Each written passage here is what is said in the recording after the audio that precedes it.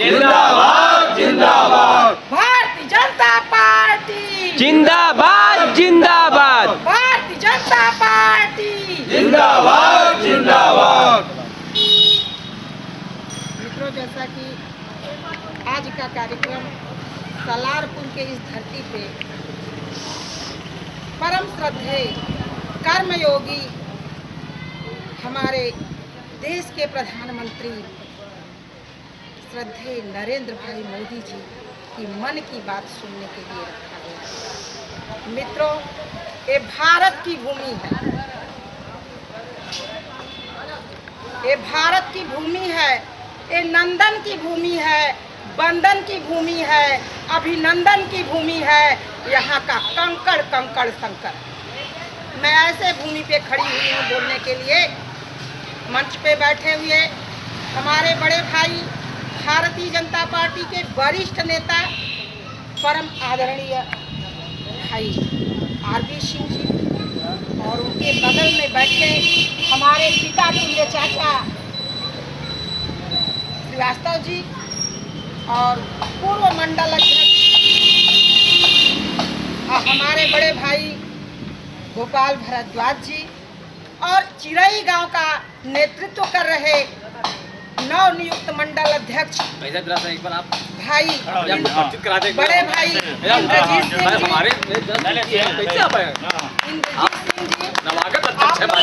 जी और कुशल संचालन कर रहे हमारे वर्तमान मंडल अध्यक्ष चिरई गांव भाई नवनीत जी, दीनापुर के धरती से चल के आए हमारे बड़े भाई ओम प्रकाश राजभर जी, कोटवा के धरती से चल के आए हमारे बड़े भाई राजेंद्र पांडे जी, आशापुर से चल के आए हमारे छोटे भाई राजन जायसवाल जी,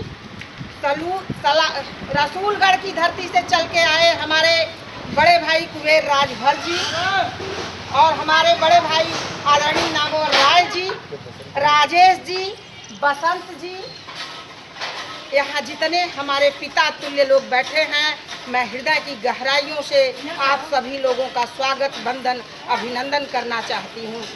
जो दूर हमारे बच्चे भी खड़े हैं, मैं उनका भी स्वागत वंदन अभिनंदन करना चाहती हूँ। मित्रों, सारे विषयों पे सारे लोग अपना अपना विचार रख चुके हैं, हमें कुछ बताने और कहने की आवश्यकता नहीं है, क्योंकि मोदी जी ने तो अपने मन की बात आप लोगों के समक्ष कही दी है।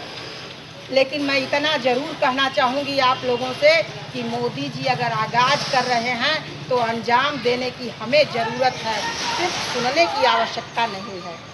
मोदी जी जब लोकसभा चुनाव में रिकॉर्ड मतों से विजयी हुए, प्रधानमंत्री के प्रमुख दावेदार हुए, जिस दिन वो सदन में पहुंचते हैं, वाकई राजेश जी ने जो कहा वो सच है। माननीय मोदी जी को सदन का पैर छूने की कोई आवश्यकता नहीं थी, लेकिन शायद हम लोगों को सीख देने के लिए उन्होंने सदन के चौखट पे अपना माथा पटक दिया। लेकिन शायद अभी तक हम लोग ऐसा नहीं कर पा रहे हैं। कहीं ना कहीं हम लोगों में कमियां हैं, त्रुटियां हैं, क्योंकि मानव जाति ऐसी जाति होती है कि उसके दिल में अहम और वहम रहता है। जब तक हमारे हृदय का अहम और वहम नहीं नष्ट होगा, जीवन को दो ही चीज़ नष्ट करते हैं, पहला अहम और दूसरा वहम। मित्रों, मैं कहना चाहती हूँ, माननीय मोदी जी तूफानों से टकराने वाले हैं। ये हम लोगों का अति सौभाग्य है कि हम उनके नेतृत्व को आज देख रहे हैं। मैं हीराबेन को धन्यवाद देना चाहती हूँ, जिनके गर्व से मोदी जैसा संत योगी पुत्र पैदा हुआ भारत को विश्व पटल पे ले जाने के लिए। ऐसे श्रद्धेय मोदी जी, जीवन में हम रहे ना रहे, लेकिन मोदी जी की कीर्ति यथावत चलती रहेगी, स्थापित रहेगी। हमारा देश इतने दिनों से आज़ाद हुआ, लेकिन हम लोग आज़ादी का स्वाद ही नहीं कर पाए कि आज़ादी होती कैसी।